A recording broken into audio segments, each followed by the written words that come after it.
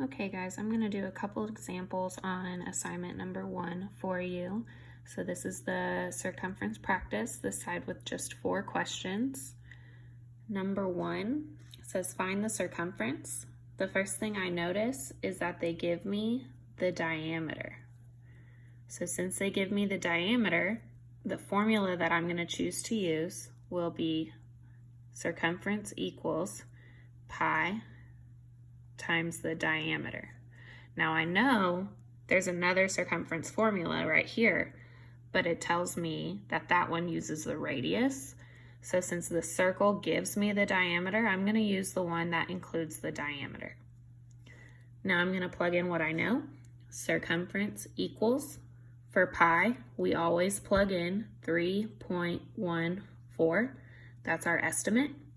And then for the diameter, my circle tells me the diameter is 6, so I'm going to plug in 6. Now when I work that out or type it into my calculator, I will get circumference equals 18.84. And we're talking about feet, so the label I would use on this one is feet, 18.84 feet. All right, the next one I'm gonna do is number 3. Number 3 is a little tricky, so pay attention. It says Sally walks the track shown below. If she walks 2 laps, what is the total distance that she walked? So we're not wanting just to go around the track 1 time, we're going 2 times. So whenever we find the circumference of the track, we're gonna have to multiply it by 2. So on this one, they give me the radius.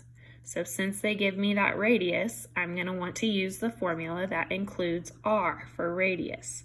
So that would be c equals 2 pi r. Now I'm going to plug in what I know. Circumference equals 2 times 3.14 for pi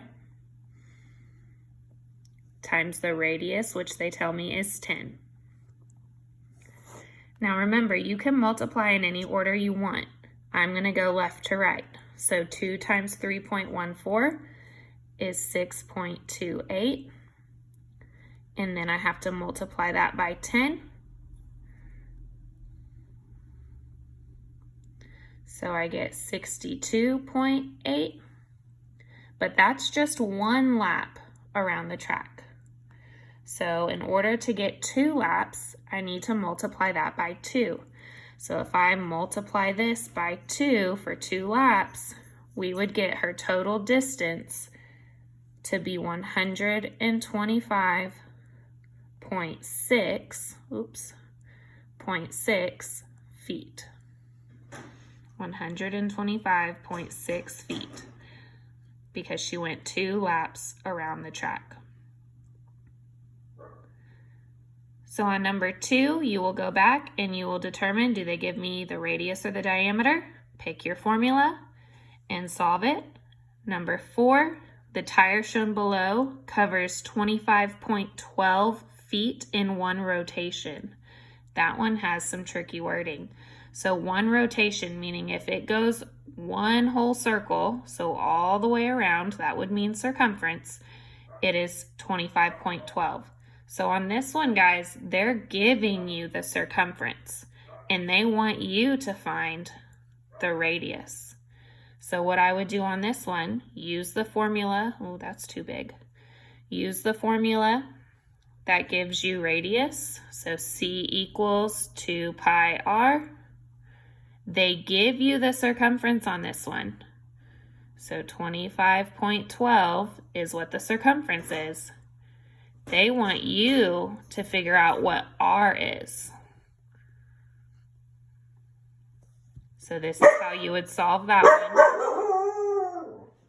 Excuse me. This is how you would solve that one. And remember, you can multiply in any order. There's an equal sign right here.